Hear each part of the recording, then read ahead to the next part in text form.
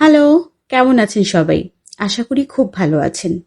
আপনারা নিশ্চয়ই ইতিমধ্যে জেনে গেছেন যে আমরা খুব শীঘ্রই ১৯তম শিক্ষক নিবন্ধন সার্কুলারটি পেতে যাচ্ছি। ইতিমধ্যেই শূন্যপদ সংগ্রহের জন্য এনটিআরসিএ থেকে একটা বিজ্ঞপ্তি প্রকাশিত হয়েছে। সেই বিজ্ঞপ্তিতে বলা হয়েছে ১৯তম বা নবম এনটিআরসিএ শিক্ষক নিবন্ধন নিয়োগের লক্ষ্যে ই-রিকুইজিশন সংক্রান্ত বিজ্ঞপ্তি শুধুমাত্র এমপিও পদের জন্য। আর এই অ্যাপ্লিকেশনটা চলবে আগামী ৩১ মার্চ ২০২৬ থেকে ১২ এপ্রিল ২০২৬ পর্যন্ত। আর এই ৩১ মার্চ থেকে ১২ এপ্রিল মানে এই নির্দিষ্ট সময়ের মধ্যেই এমপিওভুক্ত সকল প্রতিষ্ঠান, এর অন্তর্গত স্কুল, কলেজ, মাদ্রাসা সব প্রতিষ্ঠানকে এই সময়ের মধ্যেই শূন্যপদের চাহিদা জানাতে হবে। আর এই শূন্যপদের অ্যাপ্লিকেশনের জন্য ফি হবে ২০০ টাকা। তো আমাদের জন্য যে জিনিসটা সবচেয়ে বেশি ইম্পর্টেন্ট সেটা হচ্ছে, যেহেতু ১২ এপ্রিল শূন্যপদের চাহিদা দেওয়ার শেষ ডেট, তাহলে আমরা আশা করতেই পারি যে এপ্রিল মাসের শেষের দিকে বা অন্তত মে মাসের ফার্স্ট উইকে আমরা এই যে সার্কুলারটা, আমাদের বহুল কাঙ্ক্ষিত সার্কুলার, নবম এনটিআরসি শিক্ষক নিবন্ধন সার্কুলার বা ১৯তম শিক্ষক নিবন্ধন সার্কুলার, সেই সার্কুলারটি আমরা পেতে যাচ্ছি। আর এই সার্কুলারটি বলাই বাহুল্য যে বেকারদের জন্য একটা স্বপ্নের সার্কুলার বা চাকরি। ১৮তম নিবন্ধনে আমিও এই দিনটির আশায় ছিলাম। আমি ১৮তম নিবন্ধনে একজন নিয়োগপ্রাপ্ত হাই স্কুল শিক্ষক। আর আজকের এই দিনটাতে দাঁড়িয়ে আমি বুঝতে পারছি সেই দিনের গুরুত্বটা। সেই দিন অনেক বেশি ইম্পর্টেন্স বলেন বা গুরুত্ব বলেন, যেটাই বলেন, সেই দিন অনেক গুরুত্ব দিয়ে এই সার্কুলারটাকে আমি কাজে লাগাতে পেরেছি বলেই আজকে হয়তোবা এই জায়গায়। অনেকের কাছে হয়তোবা এই জায়গাটা কিছুই নয়, কিন্তু আমার কাছে বিশাল কিছু। আর এই জায়গাটায় আসার একমাত্র উপায় হলো খুব ভালোভাবে পড়াশোনা আর খুব ভালো একটা প্রস্তুতির জন্য বিগত সালের প্রশ্ন পড়ার কোনো বিকল্প নেই। তাই চলুন আজকে থেকেই আমরা বিগত সালের প্রশ্নগুলো পড়া শুরু করি। সেজন্য আমি আজকেই আপনাদের জন্য একটা বিগত সালের প্রশ্ন এখানে তুলে ধরছি। এটা হচ্ছে ১৮তম শিক্ষক নিবন্ধন প্রভাষক পদের একটি প্রশ্ন। তো চলেন আমরা এটি একটু দেখে নিই। প্রথমে এসেছে বাংলা ভাষার আদি নিদর্শন কোনটি? এর উত্তর হচ্ছে চর্যাপদ। তারপর হলো মধ্যযুগের শেষ কবি কে?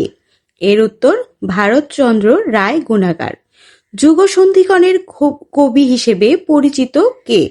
ঈশ্বরচন্দ্র গুপ্ত। চতুর্থ প্রশ্নটি হলো চতুর্দশপদী কবিতা বা সনেটের প্রবর্তক কে? ১. মাইকেল মধুসূদন দত্ত। ৫ নম্বর প্রশ্নটি হলো সঠিক বানান কোনটি? নিশিথিনি। ৬ নম্বর প্রশ্ন হলো রিকশা কোন ভাষার শব্দ? রিকশা জাপানি ভাষার শব্দ। ভানুসিংহ ঠাকুর কার ছদ্মনাম? রবীন্দ্রনাথ ঠাকুর। তারপরে আছে কত সালে জাতির পিতা বঙ্গবন্ধু শেখ মুজিবুর রহমানকে জুলিও কুরি পদকে ভূষিত করা হয়? ১৯৭২ সালে। সঞ্চয়িতা কার রচনা? রবীন্দ্রনাথ ঠাকুর। কাজী নজরুল ইসলামের বিদ্রোহী কবিতাটি কোন পত্রিকায় প্রকাশিত হয়? সাপ্তাহিক বিজলি। পাবকের সমার্থক শব্দ কোনটি? অগ্নি। অলিকের বিপরীত শব্দ কোনটি? সত্য। সুলতানার স্বপ্ন বেগম রোকেয়া সাখাওয়াত হোসেন রচিত উপন্যাস। বন্দি শিবির থেকে গ্রন্থটি কার লেখা? শামসুর রহমান। আকাশ কুসুম বাগধারাটির অর্থ কি? অসম্ভব কল্পনা। রেশিও শব্দটির পারিভাষিক রূপ কোনটি? অনুপাত। অর্থানুসারে শব্দ কত প্রকার? ৩ প্রকার। বাবা বাড়ি নেই বাক্যটিতে বাড়ি কোন কারকে কোন বিভক্তি? অধিকরণে শূন্য বিভক্তি। তেপান্তর কোন সমাসের উদাহরণ? দ্বিগু সমাস। অন্যদিকে মন নেই যার। অনন্য মনা। বনস্পতি শব্দটির সন্ধিবিচ্ছেদ কোনটি? বন যোগ পতি। কর্তব্য শব্দের প্রকৃতি ও প্রত্যয় কোনটি? ক্রি যোগ তব্য। উপসর্গ কোন জাতীয় শব্দাংশ? অব্যয়। কমা অপেক্ষা বেশি বিরতির প্রয়োজন হলে কোন বিরামচিহ্ন ব্যবহৃত হয়? সেমিকোলন। তারপর দেখুন যে আরেকটি প্রশ্ন আমি আপনাদের জন্য সংগ্রহ করেছি, সেটা হলো ১৭তম প্রভাষক নিবন্ধন এমসিকিউ কোয়েশ্চেনটি। আর আপনারা তো নিশ্চয়ই ইতিমধ্যে জানেন যে এইবারের প্রশ্নটি পুরাটাই হবে এমসিকিউ পদ্ধতিতে। এবার কোনো রিটেন বা লিখিত পরীক্ষা হবে না, সবাই সবার যে সাবজেক্টে অনার্স করেছেন সেই সাবজেক্টের বিষয়ের উপরই আপনারা এমসিকিউ পরীক্ষাই দিবেন। তাহলে আপনাদের এইবার খুব ভালোভাবে এমসিকিউ এর প্রিপারেশন নেওয়া উচিত। তো এখানে দেখি প্রথম প্রশ্নটি আছে, বাংলা ভাষার উৎস কি? অনার্য ভাষা। বাংলা ভাষা ও সাহিত্যের মধ্যযুগের প্রথম নিদর্শন কোনটি? শ্রীকৃষ্ণ কীর্তন। সাধু ও চলিত রীতিতে অভিন্ন রূপে ব্যবহৃত হয় অব্যয়। ভাষার কোন রীতি তৎসম শব্দবহুল? সাধু রীতি। প্রমোদ চৌধুরী সম্পাদিত পত্রিকার নাম? সবুজ পত্র। কলম শব্দটি কোন ভাষা থেকে গৃহীত? আরবি। পাউরুটি কোন ভাষার শব্দ? পর্তুগিজ। আবির্ভাবের বিপরীত শব্দ কোনটি? তিরোভাব। জায়া কোন শব্দের সমার্থক শব্দ? অর্ধাঙ্গী। সাক্ষী গোপাল বাগধারাটির অর্থ কি? নিষ্ক্রিয় দর্শক। সম্বোধন পদে কোন যতিচিহ্ন বসে? কমা। কোন বানানটি শুদ্ধ? স্বায়ত্ত। চতুষ্পদ শব্দের সন্ধিবিচ্ছেদ কোনটি? চতু যোগ পদ। মানব শব্দের প্রকৃতি ও প্রত্যয় কোনটি? মনু যোগ স্ন। নিচের কোনটি প্রত্যয় যোগে গঠিত স্ত্রীবাচক শব্দ? জেলেনি। পাপে বিরত থাকো কোন কারকে কোন বিভক্তি? অপাদানে সপ্তমী।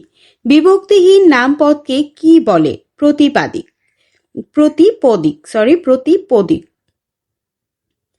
কোনটি উপপদ তৎপুরুষের উদাহরণ? ছেলে ধরা। সমাসবদ্ধ পদ কোনটি? ছাড়পত্র। কোনটি বেতিহার বহুব্রীহি সমাসের উদাহরণ? কানাকানি। পোস্টাল কোড কি নির্দেশ করে? প্রাপকের এলাকা। সন্ধি ব্যাকরণের কোন অংশে আলোচিত হয়? ধ্বনিতত্ত্বে। এডিশন শব্দের অর্থ কি? সংস্করণ।